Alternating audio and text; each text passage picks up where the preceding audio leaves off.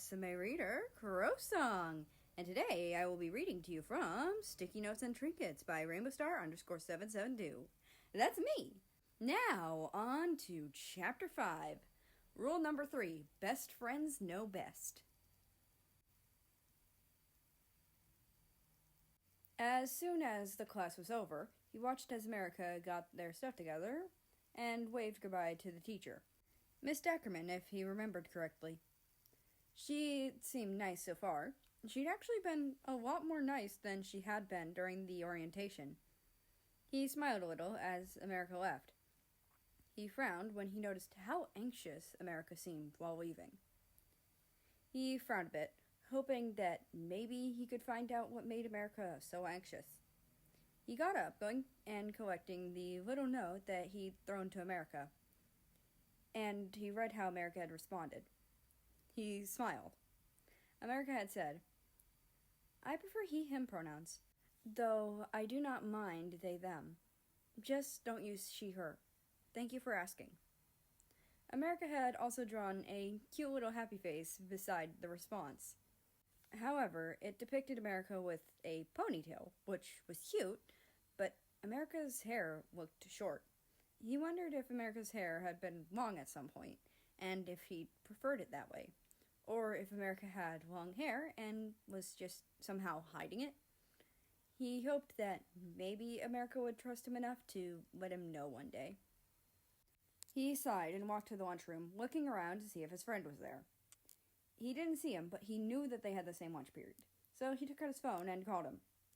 His friend let it ring out, which was fun, to say the least. He sighed and started looking around for Cuba, his friend who he'd known since diapers. Eventually, he spotted him and went over, excitedly greeting his friend. It was nice to be in the same school as him again. He'd honestly missed it. "Hey, Cuba, I tried to call you." "Yeah, sorry, my phone got confiscated." Cuba responded with a shrug. "I'll get it back before I go home." Russia gave a small nod as he followed Cuba around the lunchroom. He wondered who Cuba had been telling him about. Who was the person he kept saying definitely was his type? He'd never gotten a name or a description of their appearance, just a bit of some of their personality that he'd been able to know when he saw them. "So, now that I'm here, are you going to tell me who you think is my type?" he asked, taking a seat and pulling out his food from his bag. "You haven't seen him?" Cuba sounded like he didn't believe him. "Fluffy hair, anxious, constantly in some type of oversized clothing?" Russia considered the people he had seen today. He could think of someone with fluffy hair, but that had been America, and he was wearing a white sweater that didn't look too oversized. The other looked a bit anxious, though. "I don't think so," Russia mumbled. Cuba sighed, seemingly even more disappointed in him, while he gestured for him to look out the window. "Over there, under the tree. That's him.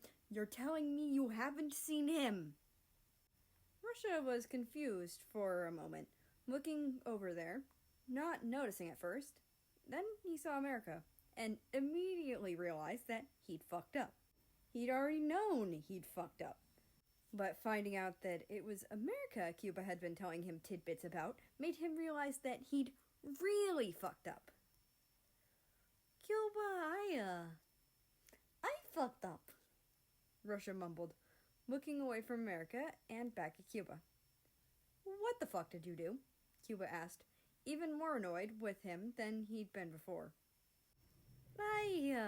I told him to fuck off," he mumbled, pausing before continuing. "Twice." He winced, being able to feel Cuba's disappointment in him. I think he thinks I'm going to be entirely hostile to him, so I just put the note in his locker," he said, hoping it may lessen the disappointment in him. "Did you sign it?" Cuba asked, seeming a little less disappointed in him. When he shook his head, he heard an audible sigh from Cuba and could feel some of Cuba's disappointment return. He then felt Cuba pat him on the head, patting on top of his ushanka. Try apologizing to him at some point, or just try to be less aggressive to him, Cuba suggested, sighing a little. But at least you apologized. Russia grumbled, burying his face into his arms more.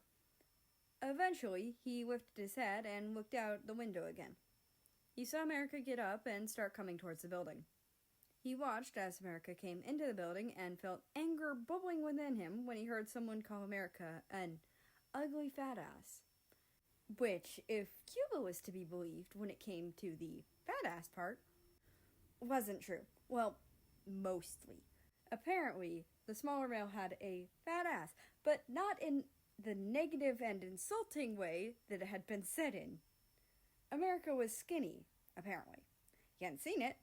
He also wouldn't care if it was true anyway, but Cuba assured him that he would see it soon. What Cuba meant by soon, he had no damned clue, because soon could mean anywhere from the next day to the next 3 months to him. But as for the ugly part, he entirely disagreed. America was cute and beautiful, so he personally wanted to deck that person who said it. Cuba, I know that you haven't told me why before, but are you certain he's someone who I'd find physically attractive? He asked, deciding that he may as well try asking again. You'll see, Cuba said, rolling his eyes. When?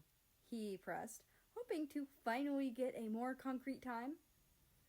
Probably Friday, 'cause game day, Cuba responded with a shrug. Okay then, Russia mumbled, not entirely sure if he should believe his friend. He doubted that game day could really have anything to do with America. The guy was cute, but what did that have to do with how he could see America physically attractive? He finished his lunch and packed the containers back into his bag, deciding to see if he could get a head start on getting to his third period. He knew his gym, which was on the other side of campus. Once he arrived on the other side of campus, he went to the boys' locker room, heading over to the empty locker that would probably be his. He got shorts and a blue t-shirt, which wasn't the official top the school used for gym, but he'd been told at orientation he'd get a proper one today. He heard some movement and looked around, spotting America, without a shirt. The other was covered in blue freckles. He had 2 visible red stripes around his waist. He also had a feminine build. He found himself staring at nothing when his mind caught up with time. Cuba was right. America was his type. With that thought, he changed into the black shorts and blue t-shirt.